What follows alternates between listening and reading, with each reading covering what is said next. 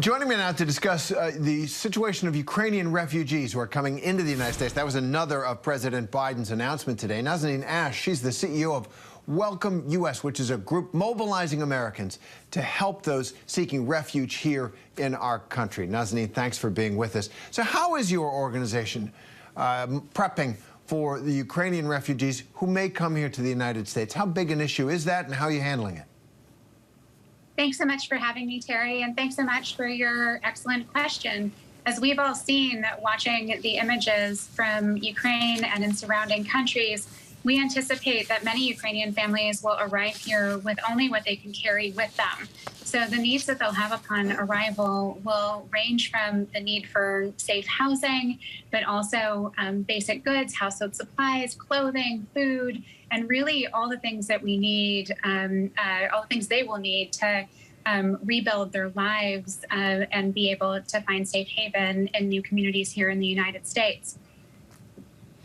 And the Biden administration's plan now to fast track all of this. So when do you think we could expect to see refugees benefiting from this program? I think what's amazing about what the Biden administration has announced today is the way in which there'll be a fast-tracked opportunity for Ukrainians with a sponsor to be able to find safety here.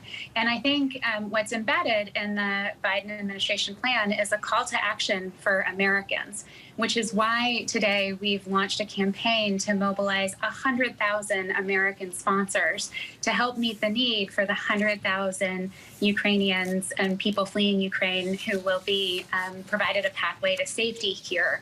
I can't speak for the government's infrastructure and systems. We know they plan to launch the new program on Monday, and the intention is for this program to be fast-tracked because that's what people fleeing Ukraine need.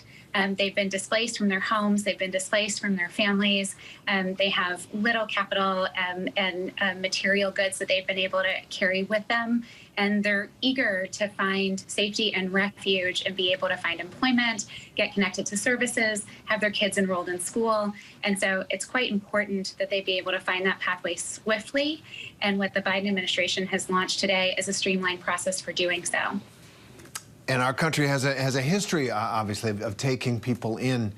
Not always, but most of our history of taking people in who are in straits like this. So now we've heard that some children crossing the U.S. border are being separated from their guardians. There is that 2008 court ruling that says U.S. border authorities must place unaccompanied minors in government shelters, but until guardians that are not their parents have been screened and approved.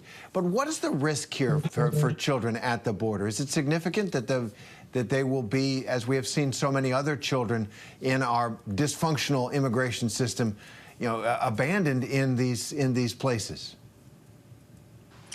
I think there can be no greater priority than the protection and safety of children and unaccompanied children seeking safety in the United States. So it's incumbent upon our border officials, our border agencies, to ensure the safety of children arriving without their parents.